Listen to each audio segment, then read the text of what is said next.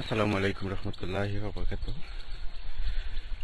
আমি একটা কারগুজারি আপনাদের সামনে তুলে ধরছি।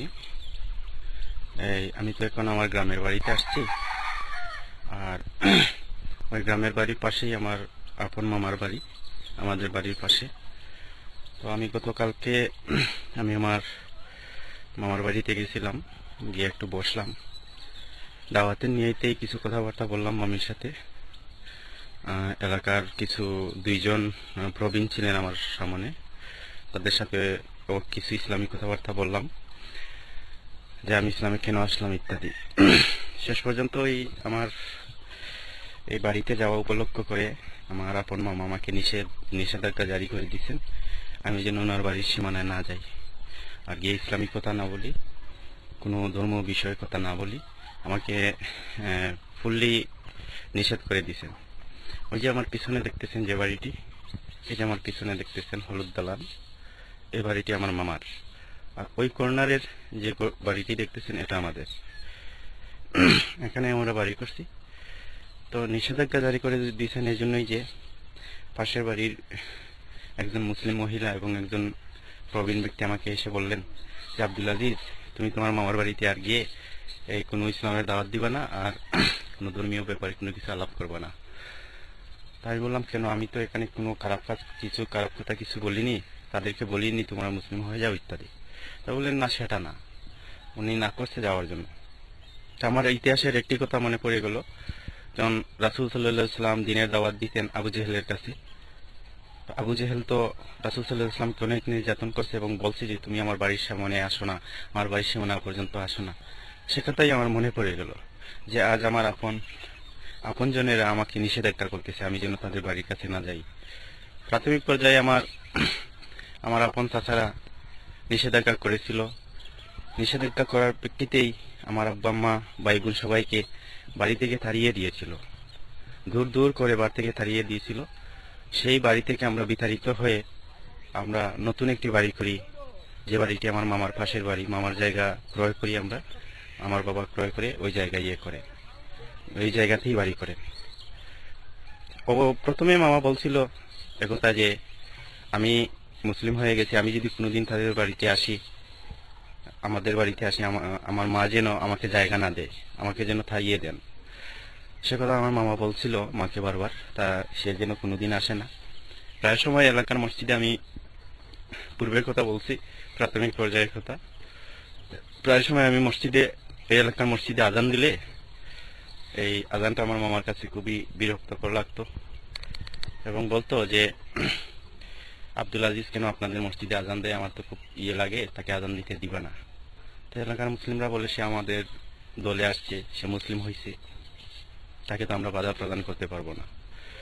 তো ওনার লজ্জাবোধ হয় আমি যখন আজান দিই মসজিদে। আর ওই যে পিছনে যে বাড়িটি দেখতেছেন, এই বাড়িটি আমার মামার বাড়ি, তাদের বাড়ির সামনেই আমি কথা বলতেছি। তবে এই বাড়ির সীমানায় যাওয়া আজকে থেকে আমার বন্ধ হয়ে গেল। আর ওই মামা আর ওই মামি আমাকে মিলে, এই খালার সাথে মিলে মামলা দিছিল, যে মামলার হাজিরা আজকে আমি সকালেই বের হব। আজকে মামলার হাজিরা দিতে যাব আমাদের কোর্টে, মৌলভীবাজার সদর, সেখানে কোর্টে মামলা হাজিরার জন্য আমি গতকালকে চলে আসি। এখন সময় সকাল 8টা। তো এখন আমি মামলার হাজিরার জন্য আমার বাবাকে নিয়ে আমি ইয়েতে চলে যাব, মৌলভীবাজার কোর্টে চলে যাব। তো যে মামলা আমাকে দিছিল সেই মামাই আজকে, মামার কাছে গিয়েছিলাম, মামির কাছে প্রায় সময় যাওয়া আসা করি দিনের দাওয়াতের উদ্দেশ্যে, কিন্তু তারা আমাকে পরিপূর্ণভাবে নিষেধাজ্ঞা করে দিল আমি যেন তাদের সীমানায় না যাই। আল্লাহ সুবহানাহু ওয়া তাআলা যেন তাদেরকে হেদায়েত নসিব করে। কিন্তু আমার পরিপূর্ণ টার্গেট তাদের পিছনে দাওয়াত দেওয়া। আমি চাই তারা যেন ইসলামের পথে আসে, আর ওনার যে ছেলে সন্তান আছে তাদের পিছনে আমি ছাড়বো না, ইনশাআল্লাহ। তাদেরকে আমি কৌশলে দাওয়াতের পন্থা তাদের মধ্যে দিয়ে যাব, ইসলামী বই এবং দাওয়াত তাদের মধ্যে দিয়ে যাব। আমাকে মামা মামি নিষেধ করছে, তো কি হয়েছে, আমার দাওয়াত তো আর বন্ধ হয়ে যাবে না, আমি কিন্তু দাওয়াত দিয়ে যাব। আপনারা সবাই আমার জন্য দোয়া করবেন, আল্লাহ সুবহানাহু ওয়া তাআলা যেন আমার দিনের পথে আমাকে হেফাজত রাখেন। রাসূল সাল্লাল্লাহু আলাইহি ওয়াসাল্লামের রেখে যাওয়া দিন, এই দিনের পথে আমি যেন দাওয়াত দিয়ে যেতে পারি, যতই বাধা বিঘ্ন আসুক না কেন। রাসূল সাল্লাল্লাহু আলাইহি ওয়াসাল্লামকে তায়েফের ময়দানে যেভাবে কাফিররা ডিল ইট ইট পাথর পিক্কেল করেছিল, রক্তাক্ত করেছিল, রক্ত মোবারক শরীর থেকে জড়াইছিল, সেভাবে তো আমার জাতিরাও জড়াইতে পারে। এজন্য আমাকেও যদি ওরা নিষেধাজ্ঞা দিছে, আমাকে যদি মারধরও করে, আমি দিনের দাওয়াত কখনো ছাড়বো না। আর তাদের সাথেও আমি অশালীন আচরণ করব না, তাদের সাথে শালীনতা আচরণ করে যাব, যেহেতু রাসূল সাল্লাল্লাহু আলাইহি ওয়াসাল্লাম সেই শিক্ষা আমাদের দিয়ে গেছেন। আপনাদের সবার কাছে আমি দোয়া চাই, আমার এই হিন্দু মামা ও মুসলিম মামাকে যেন আল্লাহ সুবহানাহু ওয়া তাআলা হেদায়েত নসিব করে, মামিকেও যেন হেদায়েত নসিব করে, আমার জাতি সমাজ সবাইকে যেন আল্লাহ সুবহানাহু ওয়া তাআলা হেদায়েত নসিব করে। আসসালামু আলাইকুম রাহমাতুল্লাহি ওয়া বারাকাতুহু। তো আমার সরি আমি একটু সময় নিচ্ছি, আবার আপনাদের বিরক্ত করে বলছি। আপনারা অনেকেই অনলাইনে আমাকে দেখেন এবং জানেন, অনেকে আমার সাথে যোগাযোগ করতে চান, কিন্তু আমার সাথে একটা নাম্বার আছে, আমি ইমো নাম্বার দিতেছি। আমার সাথে যোগাযোগ করার জন্য অনেকেই অনেক সময় চেষ্টা ফিকে করেন। আমার সাথে যোগাযোগের নাম্বার হলো 01736052547। এই নাম্বারে আমাকে ইমো পাবেন, ইন্টারনেট সব টিম পাবেন।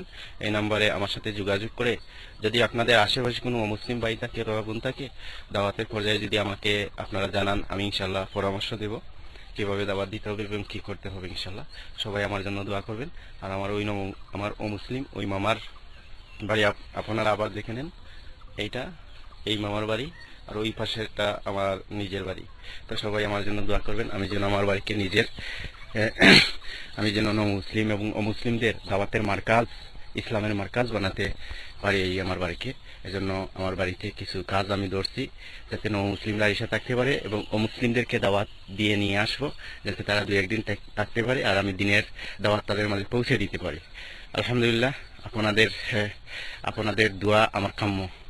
আপনারা দোয়া করবেন যাতে আল্লাহ সুবহানাহু ওয়া তাআলা আমাকে সর্ব অবস্থায় হেফাজত রাখে। আসসালামু আলাইকুম রাহমাতুল্লাহি ওয়া বারাকাতুহু।